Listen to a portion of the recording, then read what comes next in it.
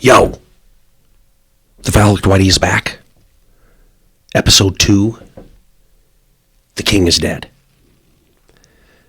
Episode 1 dealt with a fly shop that posted a video that involved this shop switching their wader and boot business from Simms to Squala. And their announcement of this change in their inventory was reflected in this video that showed them taking a Simms banner down and putting a Squala banner up. And, I didn't take offense to it by any means because, again, this fly shop can do whatever they want. And, this video was a changing of the guard. But as somebody that's been a staunch Simms supporter, retailer, angler for a decade and a half minimum, I've sat back and I've just been shocked at what has almost been a Simms revolt. Not just people starting to stock and sell other shit, or consumers just starting to wear different stuff,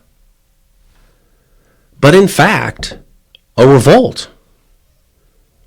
I just was flipping through my whatever, and boom, I see this gal who represents a fly tying business. Oh, we're done with Simms was the headline.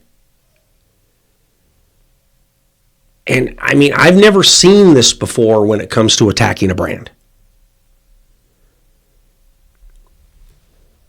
The idea, in my professional opinion, and I'll call it that, both as a fly shop owner and an angler that wears just Simms,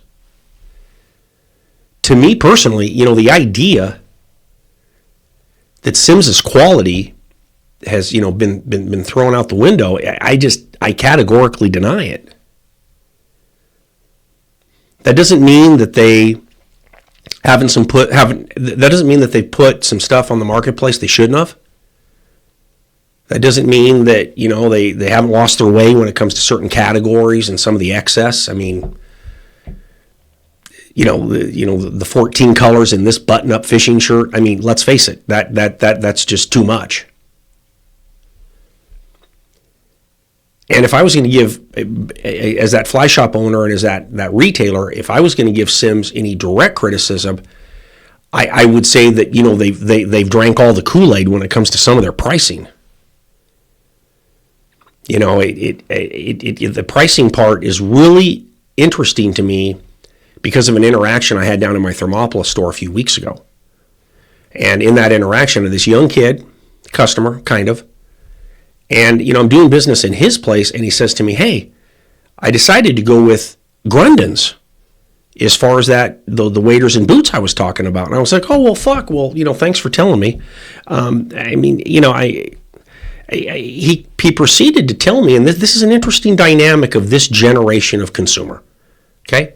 And this generation of consumer is the generation of consumer that's leading the Simms revolt. He says to me, this kid, he says, I did a lot of research online. And that's the number one thing, is that this revolt, this anti-Simms, anti-King sentiment that's rolling around out there, mostly in the social media sphere, is really online. Everything's online, and that's how we communicate, that's how we advertise, that's how we bring anglers into the sport, into our businesses, the whole thing. But that's really where it's at. The number of people that have walked into my shop over the last year or two, particularly, and had the same type of feedback as some of these visceral comments about Simms online is like fucking like almost nobody. It doesn't mean somebody doesn't say something once in a while that's rooted in their ownership group or whatever. But, I don't really hear a lot of Simms negativity myself, and I'm in a fly shop 6 out of 7 days a week. But getting back to this young man in Thermopolis, he told me that I researched Simms, and I came to the conclusion that in order to get something good, quality, wader and boot, you had to really spend money or you had to buy their best. And I got to admit, the kid's fucking right.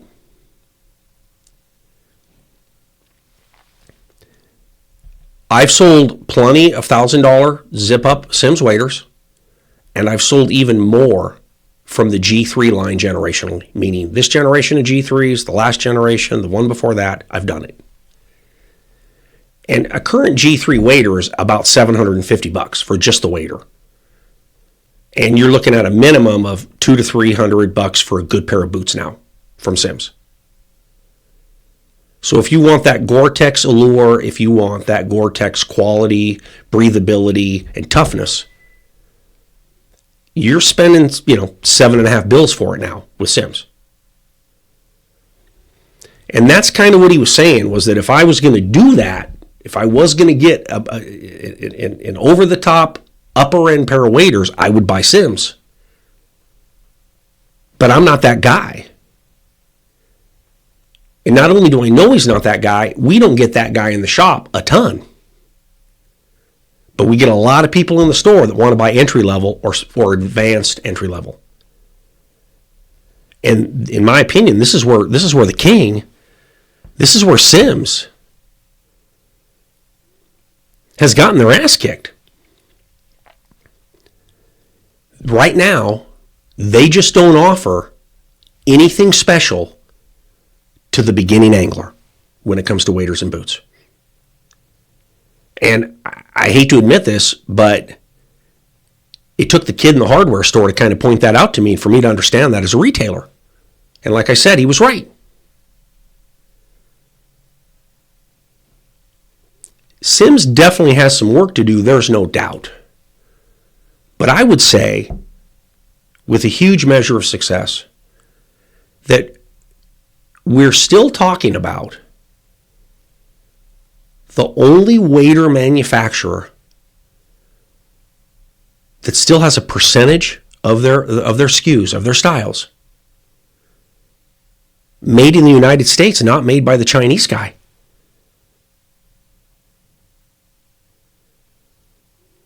And it's amazing to me how they've gotten to the point where they get no fucking credit for that. Since Vista Outdoors bought Simms, that's the private equity group, there's been a litany of missteps. I'm a Simms guy. I've said that from the beginning, but they fucked up. They screwed up with letting some key personnel go. I mean, how that happens with successful people not recognizing that you need talent when it comes to your staff, I mean, I'll never understand that, especially to save a few dollars. That's number one. Number two, when it comes to their price point, when it comes to their retail, they drank all the Kool-Aid for high prices. I mean, they just, everything just shot through the fucking roof with them. And that leads you to believe that this is a ownership group, a management group that isn't thinking,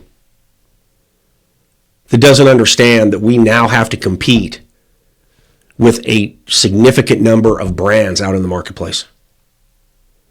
I said this a few weeks ago when I started to carry Simms waders. Your competition was fucking Patagonia, and they weren't even at the time making a good wader. They had the entire upper end wader business all to themselves, just all to themselves, and they earned it. And they met expectations. It's not that marketplace anymore. They've got quality competition coming from all sides. And for the king to maintain his kingdom, he has to fend off that competition with vigor. And maybe the king has gotten a little bit too fat. Maybe the king has gotten a little bit too lazy. Maybe the king has gotten to the point where all that matters to the kingdom is profits. And the problem with that mentality is sooner or later, the people in the kingdom are going to get tired of it. And they're going to get bored of it. And then something might kind of pop up over here that draws their attention, draws their spending dollars. And just like that, somebody that might have bought 2-3 pairs of Sims waders in a row is now wearing fucking Grundens.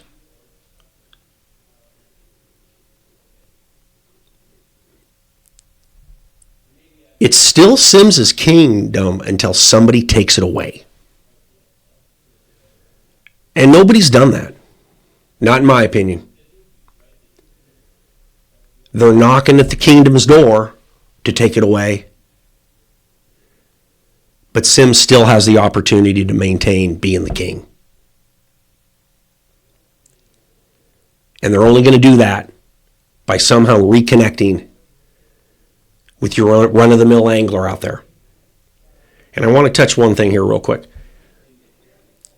A lot of the visceral reaction to Sims has been that 20 and 30 something. That 40 and 50 and 60 year old who buys Sims as well, he's fucking oblivious to all this chatter and all this talk about Sims not being what they used to be. So we got a new generation of angler that doesn't want to follow in line with what the previous generation of anglers bought. And in my opinion, that's a lot of what's going on. Sims still makes great stuff. They're still a good fishy company. But there's no doubt the king is wounded. There's no doubt the king is down. And only time will tell to see if the king, Sims Fishing Products, knocks some of these new competitors in the mouth, or sits back being comfortable with being who they are and slowly sees their customer base eroded and taken away. And right now, there's suitors in the industry, wader and boot manufacturers, that could do it. 3 years ago, 5 years ago, 10 years ago, I'd have laughed at you if you made that statement to me. But times have changed. The king needs to change. That's all I got. Episode 2.